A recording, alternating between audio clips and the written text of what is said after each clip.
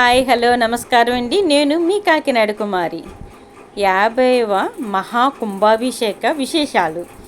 ముందు రోజే ప్రారంభమైపోయిన అన్నదాన కార్యక్రమం, వంటలు తయారు చేసే విధానం అండి. ఫస్ట్ రోజు ముందు రోజే అక్కడ అందరూ వంటలు రెడీ చేసేస్తున్నారు. అన్నీ రెడీ చేసుకుని వంట ఎర్లీ మార్నింగ్ స్టార్ట్ చేసేస్తారన్నమాట. మా వారు కూడా అక్కడ చిన్న డిస్ట్రిబ్యూషన్లో అంతలో గోరంతండి అంత చిన్నది ఉండడం బట్టి వెళ్ళారు ఆయన కూడా అక్కడికి. అప్పుడు నేను అడిగాను, చిన్న క్లిప్పింగ్ తీసుకురండి రాత్రిదంటే తీసుకొచ్చారు. మీకోసమేనండి ఇదంతా కూడా, నాతో పాటు మీరు కూడా చూడాలని, అందుకని తీయించాను. అలాగే మనం ఉదయం గుడికి వెళ్ళేటప్పుడు మొత్తం అంతా నేనే తీస్తాను. ఈరోజు నేను గుడికి వెళ్ళేటప్పటికే కొంచెం ముందు మా అన్నయ్య మా మేనగోడలు కూడా వెళ్ళారు. వాళ్ళు మనకి కోసం కొన్ని క్లిప్పింగ్స్ ఇచ్చారు, అది చెప్తాను. నేను మధ్యలో యాడ్ చేశానండి.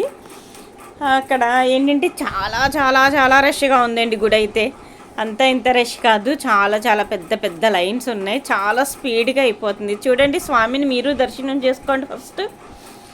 మాకు అక్కడ వరకు వెళ్ళి చాలా కంగారుగానే అయ్యింది దర్శనం. మీరందరూ కూడా దర్శనం చేసుకున్నారనే కోరుకుంటున్నాను. చాలా స్పీడ్గా చేసుకోవాల్సి వచ్చిందండి. అంటే పాపం చాలా పెద్ద లైన్స్ ఉన్నాయి, వాళ్ళందరూ చేసుకోవాలి కదా మరి. అలా ఏంటంటే నేను వెళ్ళేటప్పటికి కొంచెం టైం సరిపోక ఈ పూజ అంతా కూడా అయిపోయిందండి నేను వెళ్ళేటప్పటికి. ఇదంతా కూడా మా మేనగోడలు మా అన్నయ్య నా కోసం వీడియో షేర్ చేసి తీసుకొచ్చారు.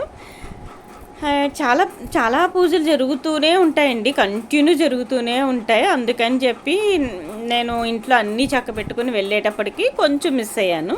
తర్వాత పూజ అంతా కూడా చూశాను అనుకోండి. ఇంకొకటి, ఈవినింగ్ కూడా చాలా పూజలు జరుగుతాయండి. ఆ పూజల టైంకి ఉండగలిగితే అప్పుడు 108 కన్యలతో కలశాలతో పూజ జరుగుతుంది. అది కూడా చాలా బాగుంటుంది. ఇక్కడ చూడండి, బంగారపు స్వామి. ఆయన లీలలు అంతా ఇంత ఎవరు చెప్పలేం కదండి. ఆయన చేసేవారు.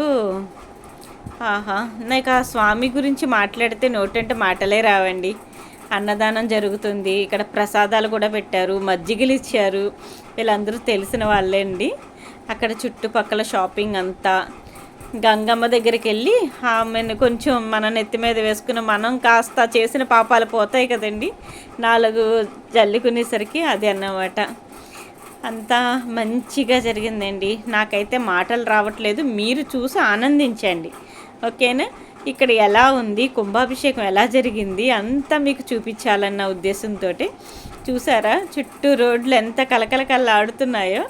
మామూలు అప్పుడైతే ఖాళీగా ఉంటాయి.